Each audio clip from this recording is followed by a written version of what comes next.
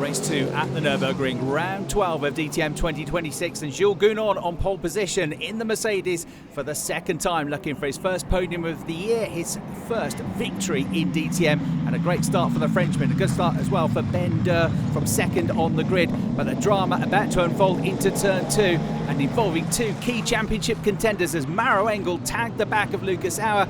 In turn, he ran into Kelvin van der Linde, all three drivers out. The championship leader Engel, Auer third in the championship. Also, of course, teammates in the GT World Challenge. And that a first retirement for Maro Engel for a whole year. The last time he retired, the last time he hadn't scored any points, had been in race 1 at the Nürburgring 12 months previously. A replay showing that he just moved across, trying to stay out of the way of the BMW of Marco Wittmann and just into the side of his friend and the Austrian and championship contender Lucas Auer.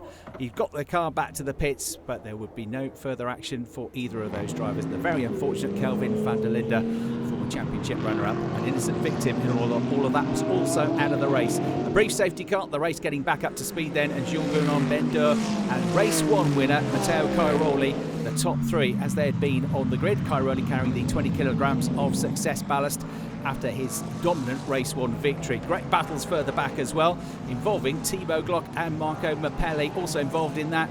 Finn Wiebelhaus, Bastian Boos, all scrapping away for good points in the second race of the weekend, with the 2 mandatory pit stops in this one, and 4 of them going absolutely side by side, with Mirko Bortolotti also getting involved as the race went on. Mappelli digging in deep here to try and stay on the racing line, attacking and defending at the same time. Thibaut Glock on one side of him, on the other side the Mustang of Finn Wiebelhaus, who, like his teammate Arjun Maini, had barely done any running on the first day of the weekend and had fresh tyres. Also with fresh tyres was the young driver Tom Callender, just 18 years of age, coming from 11th on the grid, but trying to battle his way through the field in the opening encounters. Into the first round of pit stops, and Durr Motorsport looking to get a second race victory of the season for Ben Durr, the 21-year-old in fine form. The car released away, getting ahead of Nicky Tim and battling for this podium, having just missed out on day 1. But then disaster. The wheel nut on the front right had not been secured properly, and straight out the pits, straight on, straight off the track, and out of the race for Ben Durr. Huge disappointment then, just hadn't secured that front right wheel nut, the Durr Motorsport team, with Ben Durr out of a potential podium finish. Further up the field, Marco Wittmann having another strong day. His top 3 qualifyings of the year coming in the last 3 races, starting to pick up good points, momentum and podiums, but a disaster, an absolute disaster in the pits for Emil Frey, been so good in their pit stops in 2026. Drama on the left side of the car for Cairoli cost him over 15 seconds and dropped him to the lower end of the points. Up ahead, Marco Wittmann had a good pit stop from Schubert, and that got him ahead of Thomas Preining, up into second place behind Jules Gounon. Jules Gounon then picking up a penalty for this, just creeping over the pit lane speed limit on the way in to serve his stop. That meant that he'd have to go through the penalty box from the race lead, and it would cost him 5 seconds. It's a joke. Honestly, it's a joke. Yesterday the guys, they jumped the start, no penalty, and now, honestly. On team radio, Gounon reacting with anger. Another missed opportunity, still looking for his first DTM win, still looking for his first podium finish of the season, but it was all falling away from the Frenchman in this race. He eventually struggled with the tyres and fall backwards as the race went on.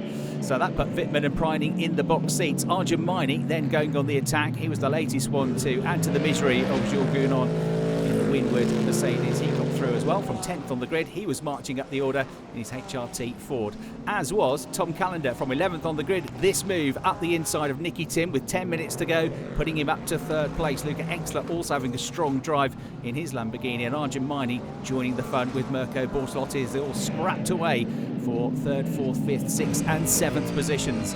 Maini again with the fresh tyres coming through. A great battle then for a few laps between Thomas Preining and Tom Callender. Callender took a while to come through, but eventually a great move at the start of the lap.